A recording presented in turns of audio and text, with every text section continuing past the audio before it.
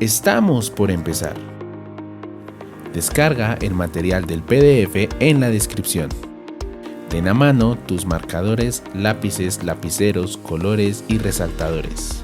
Todo lo necesario para disfrutar al máximo de esta experiencia TCB.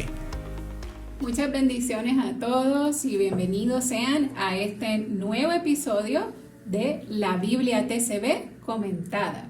Estamos bien contentos porque la semana pasada tuvimos la oportunidad, doctor, de compartir un poco con las personas acerca de cómo utilizar los materiales y ahora estamos de vuelta en el estudio ya del texto bíblico, así que estoy aquí con el doctor Yatensi como siempre y hoy nos acompaña doctor Sheila, que es una de nuestras estudiantes aquí en el Semisud. Bienvenidos sean los dos. Sheila, ¿cómo estás el día de hoy? Bien, gracias a Dios. Muy feliz por ser parte de esta tradición.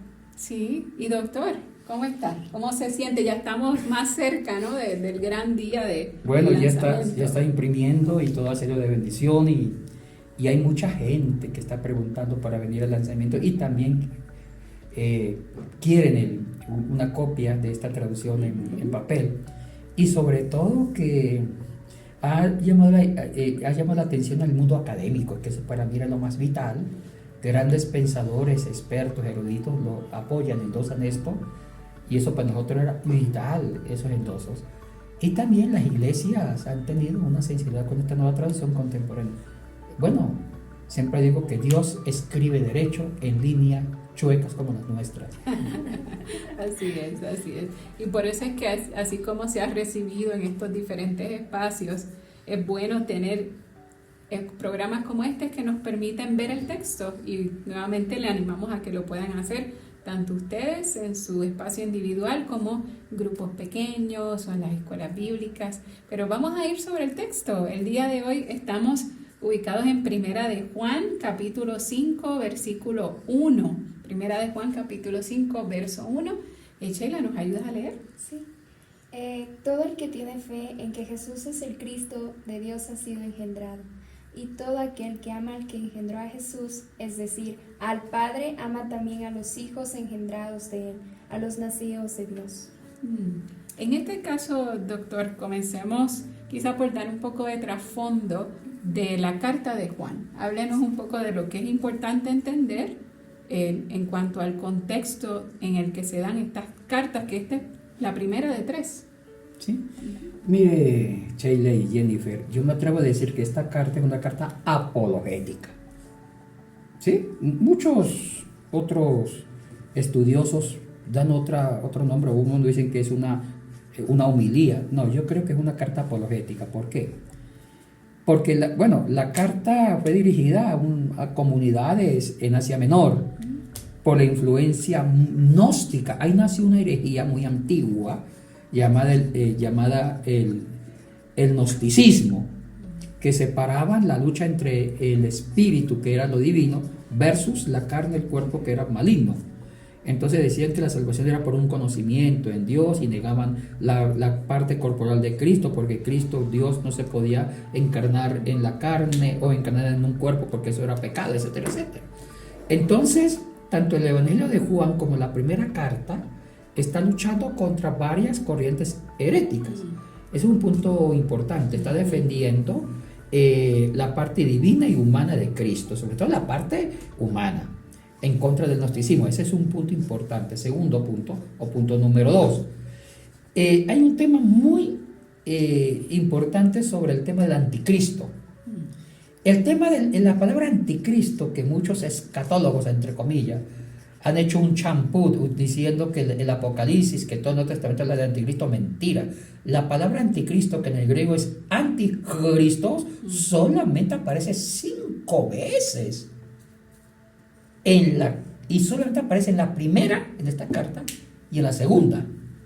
O sea que en la primera carta aparece 4 veces y en la segunda 1 vez. Entonces, la pregunta es, ¿qué significaba anticristo para entender el contexto? La palabra anticristo significa anti, lo contrario a Cristo. Y lo más importante, que aparece 4 veces en singular y una vez en plural. Entonces puede decir anticristos enemigo de Cristo, o antichristoi, enemigos de Cristo o anticristos. Entonces, y aquí yo me río porque han hecho una lucubración que el anticristo era un monstruo, una figura escatológica venido de no sé de dónde. Pero no, la forma con que lo usa Juan es una forma apologética y se refiere sectas heréticas, enemigos de la predicación de Cristo. Posiblemente se refiere a los gnósticos, posiblemente que negaban la parte humana de Cristo. También posiblemente se referían a pecadores que practicaban la inmoralidad y trataban de cristianizar el pecado. Entonces el contenido de esta carta es hablar de los falsos cristianos, hablar de los enemigos de la cruz de Cristo, de los enemigos del Evangelio. Entonces, ese es el trasfondo de esta carta. En conclusión, es una carta apologética. Fíjense, doctor, que es importante hacer este énfasis porque esta palabra anticristo a través de los años siempre se ha escuchado conectada, como decía, más hacia Apocalipsis, cuando en Apocalipsis no se utiliza. De acuerdo. No se utiliza la palabra anticristo, sino que es en esta literatura de Juan. Excelente. Y solamente se usa, mire, ya que me está obligando a meterme en las figuras malignas de la literatura apocalíptica del Nuevo Testamento, solamente se habla de 3 figuras malignas que la gente lo ha unido en uno.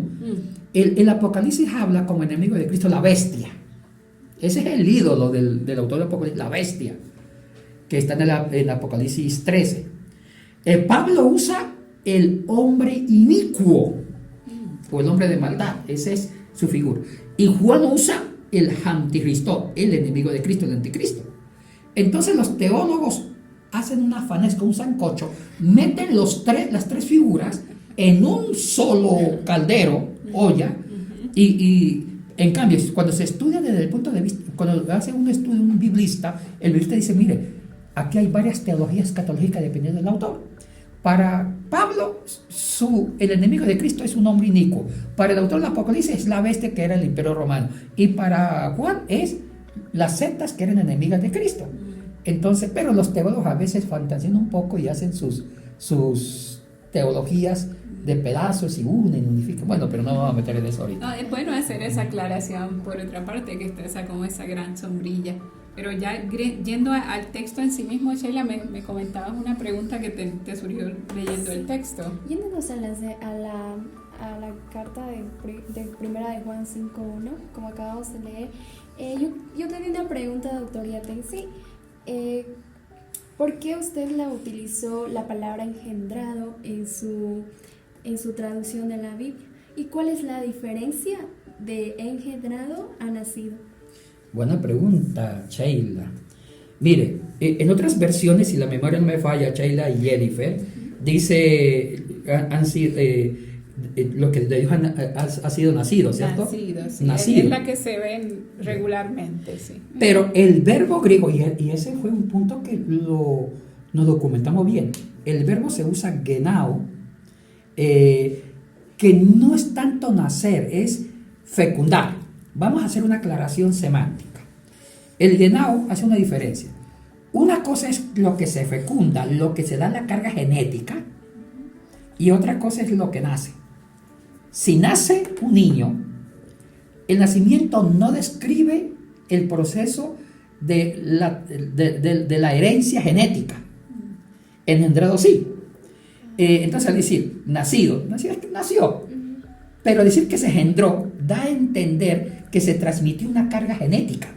Al decir que engendró, hay todo un ADN que se transmite de las 2 células germinales, tanto el hombre como la mujer. Entonces al decir engendrado, da fuerza a la transmisión de la genética. Nacer no, simplemente nació. Entonces, ¿por qué Juan escogió mejor el verbo que genao, que significa engendrar? Lo escogió por una simple razón. Dice, todo el que tiene fe en Jesús es el Cristo de Dios haciendo engendrar. Lo que quiso defender fue la divinidad de Cristo. Porque también habían algunos que ponían en tela de duda la parte divina de Jesús. Otros ponían en tela de duda la parte humana. Entonces Juan está diciendo, Cristo es completamente Dios y completamente humano. Entonces, para decir que es Dios, le conviene usar Genau, que es engendrado. Está diciendo, mire, Cristo tiene la carga genética de Dios, tiene la esencia de Dios, o sea que por favor es Dios. Entonces, al decir, todo el que tiene fe en que Jesús es el Cristo, de Dios ha sido engendrado. O sea que Dios le dio, tiene toda la carga genética divina, la esencia de Dios. Y todo aquel que ama al que engendró a Jesús, o sea, al Padre, es decir, al Padre ama también a los hijos engendrados de Él. Oiga, qué lindo esto. Sí, es muy, muy lindo. Está salvaguardando la parte divina y está conectando la parte divina con la esencia divina de Dios.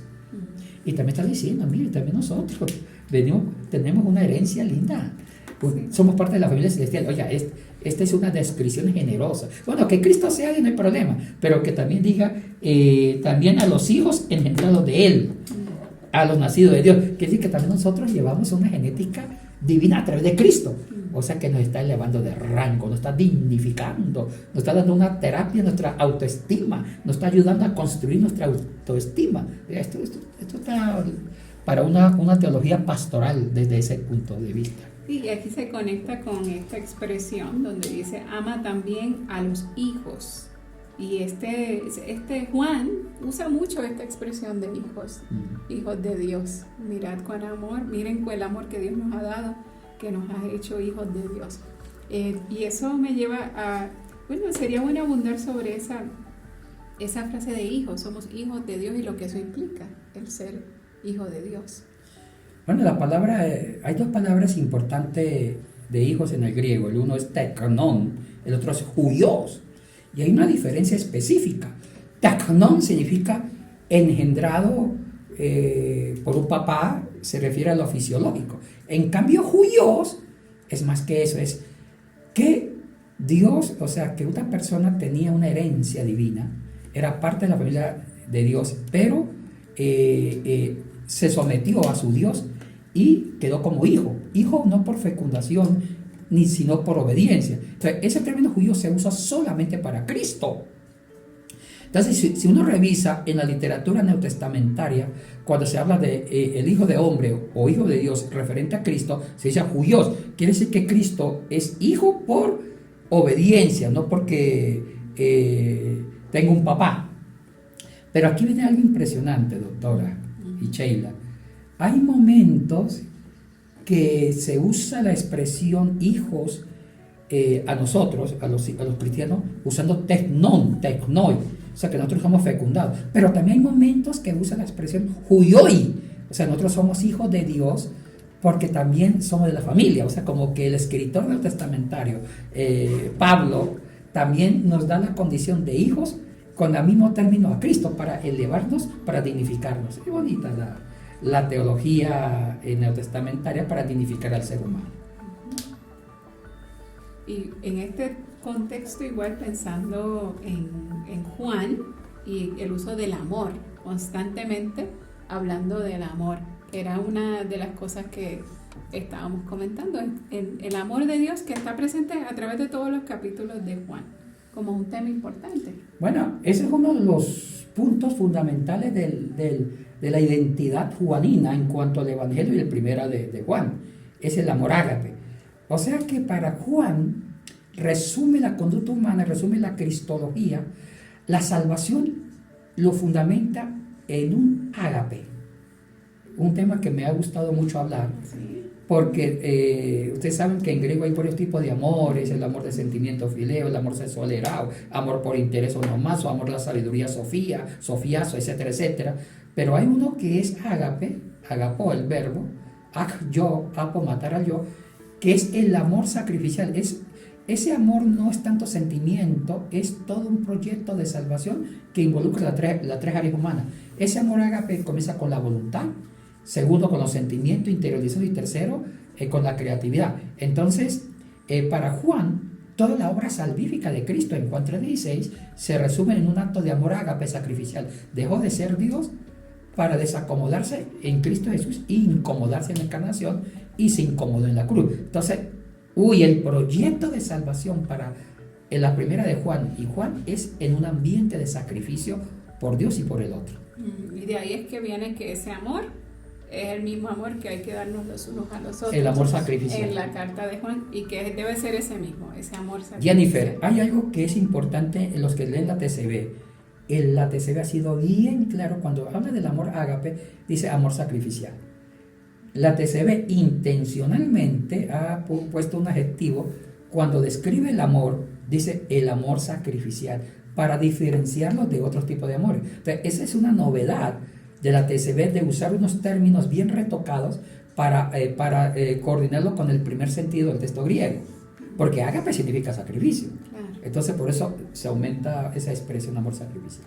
Bueno, doctor, esto es un buen inicio para profundizar más sobre la carta de Primera de Juan, y queremos invitarles a que lo sigan haciendo, que sigan leyendo la TCB, que sigan descargando estos materiales y que también pues nos sigan en nuestras redes sociales para que puedan ver los programas que van a seguir, e invitarlos siempre al lanzamiento de la TCB el 28 de junio a las 6:30 comienza la transmisión a través de nuestras redes sociales. Gracias, Sheila, por estar con nosotros, y doctor, gracias siempre por estar con nosotros. Le esperamos la siguiente semana en un nuevo programa de la TCB, la Biblia TCB comentada. Y no se olviden de suscribirse a este canal, de activar esa campanita para que puedan llegarle las notificaciones de las nuevas publicaciones, y les esperamos entonces la siguiente semana. Shalom.